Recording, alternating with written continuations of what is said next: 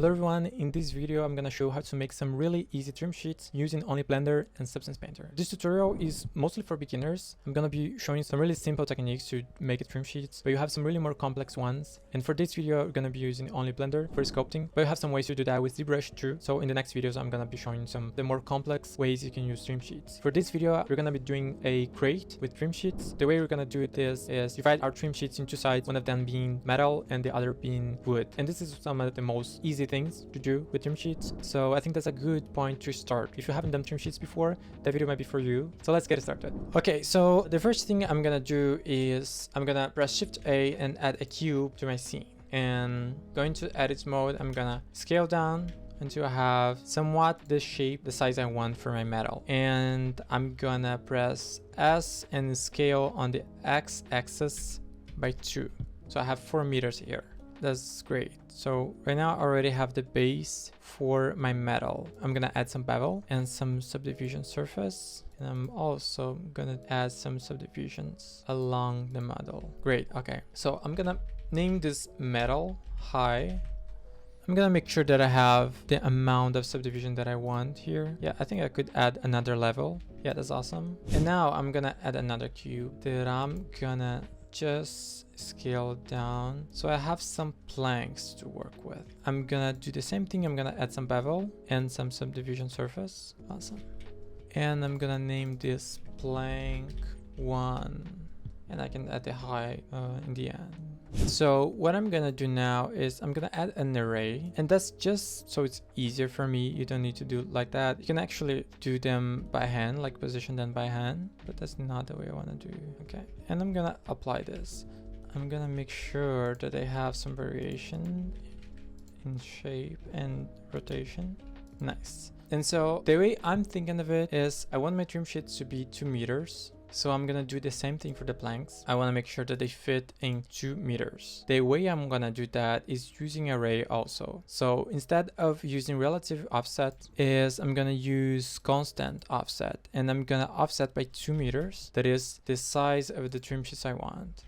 And I can make sure this is above the rest. Yeah, in the end, this is 2 meters. Yeah. I'm thinking if that's gonna be enough for me. Probably will. I'm gonna apply this array. No, I'm not gonna apply this array. I'm actually gonna deactivate this array for now, and I'm gonna apply the bevel and the subdivisions. Now let me check. Yeah, I can use some more subdivision here. That's awesome. So that's 2 techniques that I'm gonna show you how to do tieable trim sheets with Blender. And this first one is gonna be using the array. So I'm gonna sculpt as if it was like any regular geometry, any regular sculpt. I'm not gonna worry a lot about the quality of the sculpt, if I'm being honest. I just wanna show the techniques. So you can divide this to have more control, but I'm not doing this. I'm just adding the bevels. So, and I'm gonna start adding some wrinkles to the wood. Just apply the subdivisions. For this one, it's mostly ready. I'm just gonna reapply the array here. And then in the end, like effectively, what we have is a tieable sculpt. We didn't actually sculpt a tieable mesh, but since they are separated with the array, we can get away with that, you know? So the next thing I'm gonna show you, and I'm gonna get this a little bit to the side. And now for our metal, I'm gonna do the same thing. I'm gonna go with this gray brush, but before actually starting to sculpt, I'm gonna go into the settings of the brush, and that is gonna be symmetry. And on symmetry, and I think like Blender is the best software to do this kind of tieable sculpting. It's a lot better than ZBrush, definitely, because ZBrush really gets in your way when you want to do this kind of stuff. In here you already have like everything you might need, like mirror if you need, and tiling, that is what we're gonna use now, and even like a radio sculpting because you need that. So yeah, for our case you're gonna use tiling, and for the X axis, and if you start like sculpting our mesh, you can see that it's gonna be repeated along the X axis. For me, that's a little bit like too close to each other. I want to have more space to add more variety. So the way to do that is you have these parameters here, and you can just change from 1 meter to 2 meters. So instead of actually repeating with 1 meter offset, it's gonna repeat with 2 meters offset. So that way you're gonna have more space to add details. What I'm gonna do here very quick.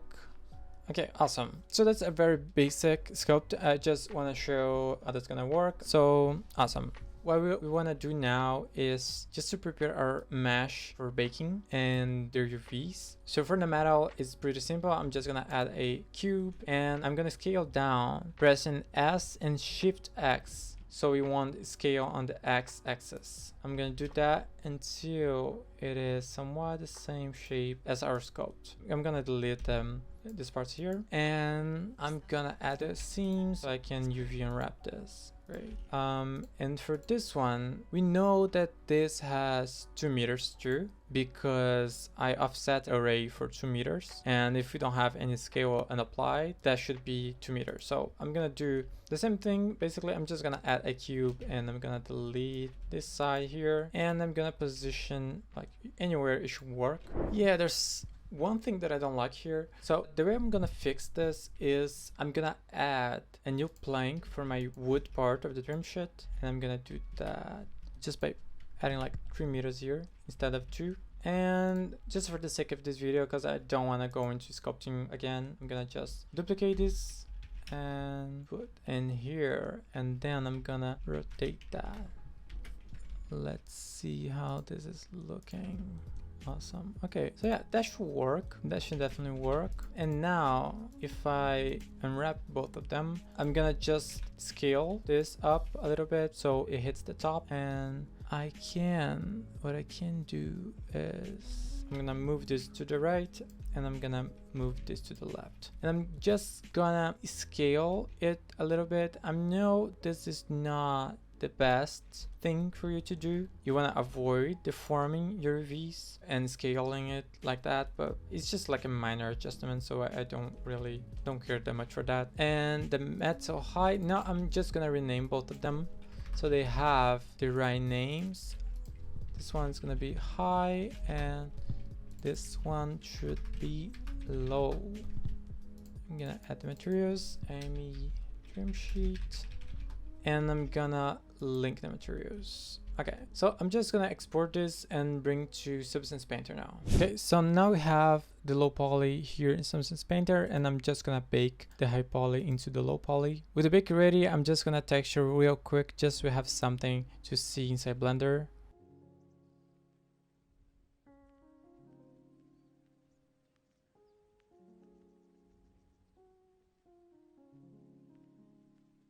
Okay, so here in Blender, this is the final stage. We're just gonna use the trim sheet we did and we're gonna apply this to an actual geometry. So I'm just gonna model real quick a crate here. Something really simple, so I'm not paying that much attention to it. That is okay for now, and I can duplicate this part later. And I'm gonna add some bevel, and this we should be okay. So I'm gonna add a new material and I'm gonna select the color that we just exported. I'm gonna link the materials. So yeah, the first thing I want to do is I want to make sure that both of my meshes, they're gonna have straight UVs, so they work better with this technique because everything is completely straight here. So if you have like a more organic UV unwrap, that won't work a lot well. So just unwrap here, V seams, unwrap, and I'll use V squares. And now I'm gonna do the same for this one.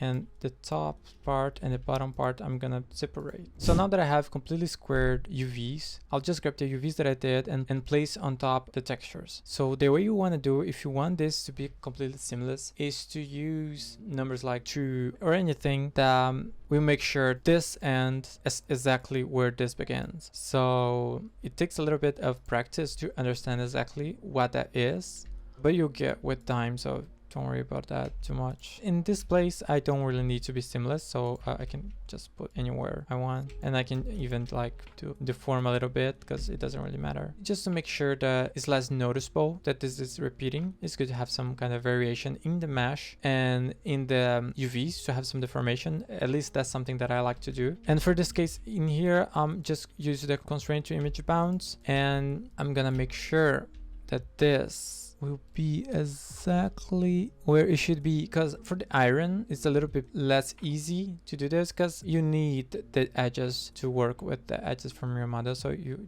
want to make sure that is working somewhat at the same. You can even like do this to make sure. And yeah, and now let's see if that would help. It has some strong deformations here that you can see, and that is mostly because our mesh, and that is something that I wouldn't worry a lot about right now if you're new to this. But the way the Trimsheets work is sometimes you're gonna add some details in geometry instead of the textures, and that is the same for UV deformations, because the way the UVs work is that, like, if that makes sense, like both of these vertices will be fighting, and they are deformed because in our mesh they are different from the way they are on our UVs. So because of this, they won't be exactly the same as you would expect in your mesh. So to fix this in some extent, you can add some geometry, and that will get rid of some of the deformation. Won't be pushing that too much, or at least it's gonna be a little bit less visible. So you want to make sure you add some deformations here. Still have to add this geometry to the mesh because of the UVs and the deformations. I'm gonna actually use that for having some deformations that I actually want in my mesh. So it has some variations, and I'm gonna duplicate this one and rotate. And with this, it's really easy method. I can have multiple props if they are made of wood and metal, and it's really easy to do. You only need to make like a square and things that is really flat on the low poly, and you just project the UVs on top of the textures and you're done. So that was it for this video. I hope you learned something from this video. As I said, I'm planning to make a new one about Trimsheets. So if you feel like there's anything that you'd like me to talk about on the next one that I think I might have missed on this one, please let me know in the comments, and then make sure to put that on the next video. If you liked, please leave a like and subscribe to the channel, and I'll see you in the next video.